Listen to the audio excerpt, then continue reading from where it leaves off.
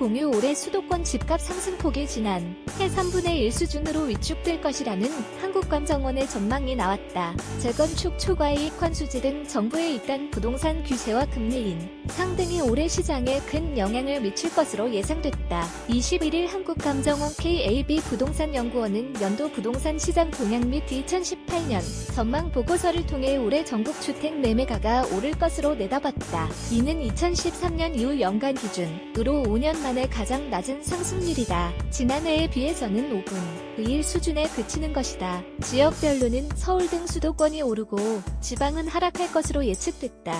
각각 지난해보다 포인트 떨어진 수준이다. 연구원의 예측대로 된다면 올해 지방 집값은 2004년 이후 14년 만에 내림세로 돌아서게 된다.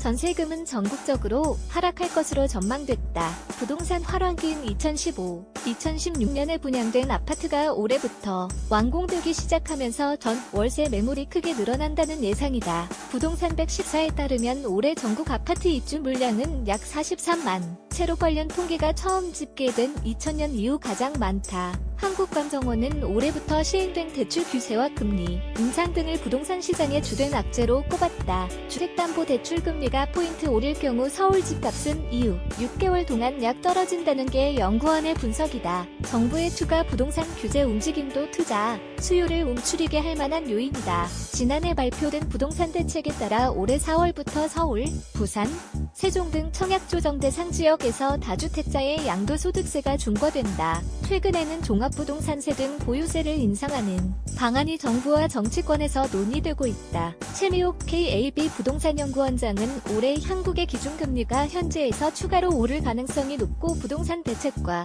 가계부채 종합대책 등 지난해 정부가 내놓은 각종 규제들이 부동산 시장에 본격적으로 적용된다고 설명했다. 이어 입주 물량이 늘어나는 데 따른 부담도 커져 주택시장의 매수 심리는 당분간 위축될 것으로 보인다고 말했다. 연구원은 특히 이달부터 시행된 재건축 초과이익 환수제의 영향으로 올해 서울의 매매가 상승폭이 줄어들 것으로 예상했다. 초과이익 환수제는 재건축 사업에 따른 조합원 1인당 평균 개발이익이 3천만 원을 넘으면 최고까지 국가에서 환수하는 제도다. 노무현 정부 때인 2006년 9월 도입된 뒤 주택 경기를 둔화시킨다. 는 등의 이유로 2012년 12월부터 지난해 12월까지 유예됐다.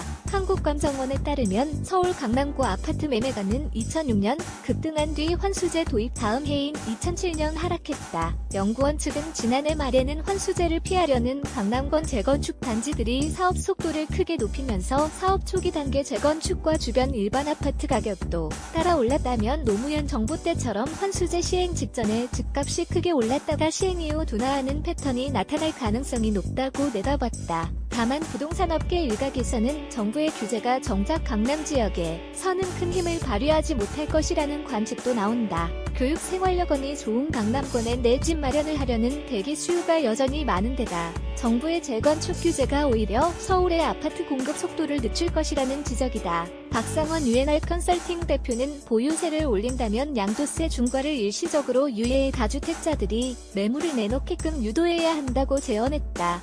천호성 기자 사우즌드 당